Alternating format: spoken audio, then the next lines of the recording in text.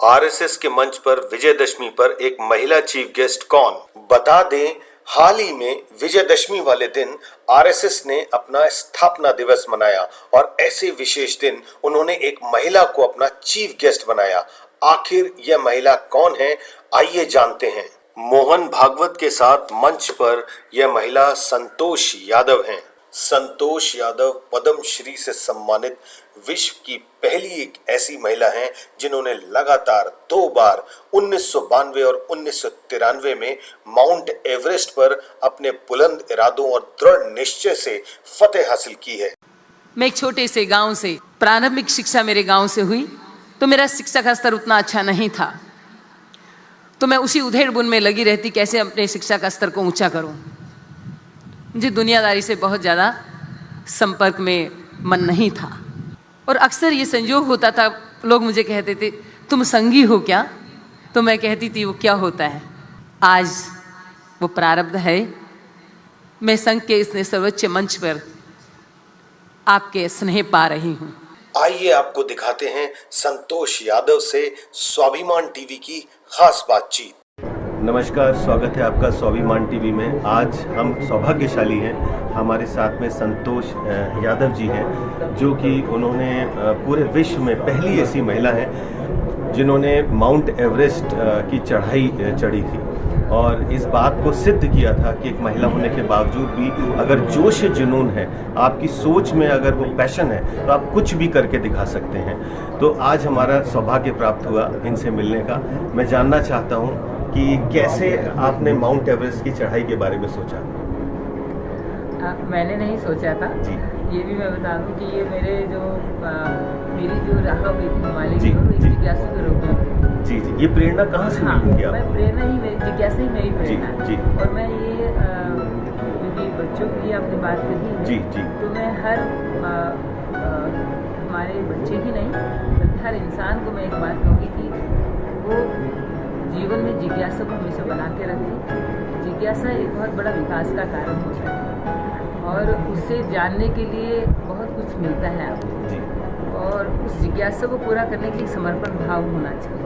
जी जी, आपके अंदर एक अहम नहीं बल्कि एक बहुत ही सरल और सरलता आपकी बहुत बड़ी सीखने की बहुत अच्छा चीज़ होता है। जी जी, और क्योंकि मेरी राह है, जैसे मैंने बताया, एक जिज्ञासु के रूप में हुई, हिमालय को देखना चाहती थी। तो मुझे पता चला कि हिमालय में जाया जा सकता है।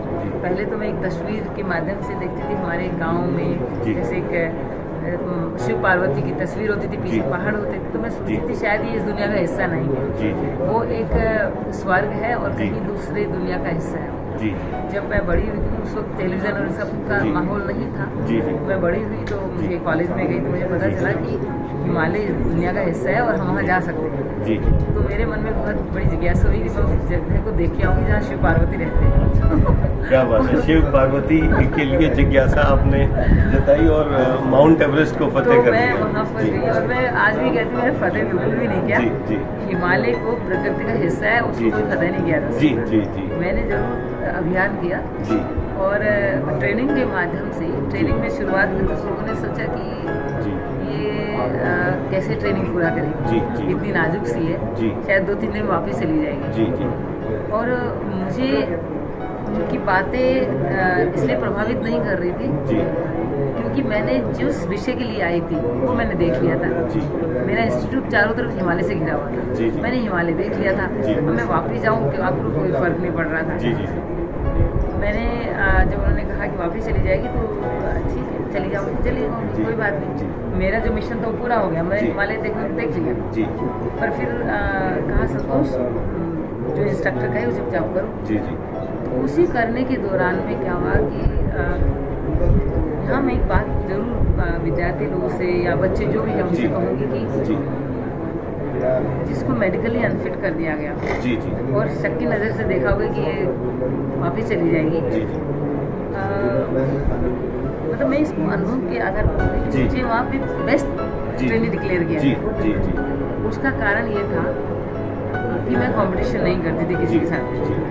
दिए हुए टास्क को पूरा करने की कोशिश करती जी थी। ये नहीं सोचती थी कि मुझे आगे जाना है किसी से, जी या मुझे किसी को पीछे करना है, जी क्योंकि इस उधेड़ बुन में लग जाती तो मेरा रिदम खत्म हो जाता जी जी और मेरी जो सोच थी और मेरा भय पैदा हो जाता जी जो मेरे रिदम को कम जी करता। तो सबसे बड़ी बात जो थी वो ये थी कि मुझे जो दिया हुआ टास्क है उसको पूरा करने की कोशिश करती थी, और उसमें क्या मेरे अंदर किसी के प्रति कोई द्वेष पैदा नहीं होता। जी जी जी तो ये भी एक बहुत बड़ा कारण था हमारे फेलियर का, जी कि हम द्वेष पैदा करते हैं कंपटीशन में जी जाकर। जी अब लोग कहते हैं कि इतना बड़ा जमाना कंपटीशन का है, ये बोलती कंपटीशन मत करो। जी आपकी कंपटीशन न करके योग्यता तो बढ़ा ही सकते हो। बिल्कुल। जैसे आपने बहुत सारे चैलेंजेस फेस किए, तो उन बच्चों को क्या प्रेरणा देना चाहते हैं जो आगे अपना भविष्य ढूंढते हैं? वो कोई भी फील्ड हो सकती है। आपने माउंटेन को अपनी फील्ड चुना, ऐसे बहुत सारे बच्चे अलग अलग फील्ड में जाना चाहते हैं। बहुत सारे चैलेंजेस आपने फेस किए, उनको आपने कैसे ओवरकम किया? देखिए, चैलेंज एक संकल्प होता है। जी हम कोई भी चीज़ को पूरा करने की जब जिज्ञासा होती है जी तो एक संकल्प उत्पन्न होता है। जी जब हम उस संकल्प को पूरा करते हैं तो विकल्प नहीं ढूंढना चाहिए। नहीं। हम जो विकल्प ढूंढते हैं तो हमारा, क्योंकि हम संकल्प को पूरा करने के लिए हमारे सामने समक्ष बहुत सारी कठिनाइयाँ आएंगी राह।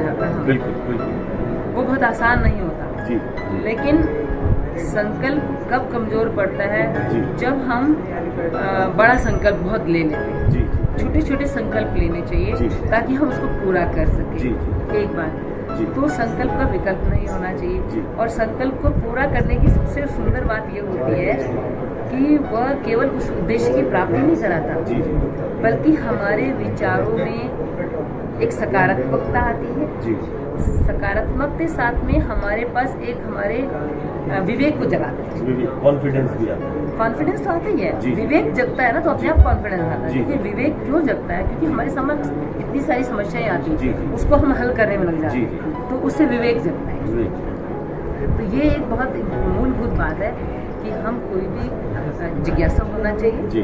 और जिज्ञासा को पूर्ण करने के लिए हमें एक संकल्पबद्ध होना होता जी, है, जी। और संकल्प को जो है ना फिर कोई विकल्प नहीं ढूंढना चाहिए। बहुत अच्छी बात है कि हमारे सारे विद्यार्थियों को, हमारे सारे बच्चों को, स्टूडेंट्स को कितनी बड़ी बात कही है कि संकल्प यदि लें तो उसका कोई विकल्प नहीं है, और छोटे छोटे संकल्प लें। कोई बड़ी ऊंची उड़ान अगर जानी है तो छोटे छोटे स्टेप्स के द्वारा आप बड़ी ऊंचाई तक आप ग्रेजुअली आप पहुंच सकते हैं।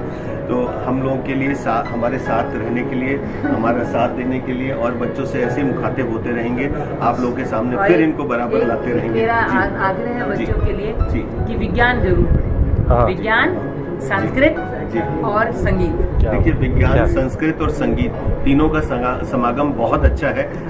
प्रेरणा के रूप में हम सबके साथ में है संतोष जी, और हम उम्मीद करेंगे कि आपको इनके मुंह के अल्फाज हर जो थे जो बोले प्लेनेट हैं जो है ना उन्हें- सुरक्षित हो जी। जाएगा और- जब बच्चा जी। साइंस पढ़ेगा बिल्कुल और संस्कृत पढ़ेगा जी। और संगीत। ये तीनों चीज हमारे बच्चे जरूर याद रखेंगे। फिर हम आपसे मुखातिब करेंगे इनको। धन्यवाद, शुक्रिया। भारत माता की, भारत माता की जय, भारत माता की जय।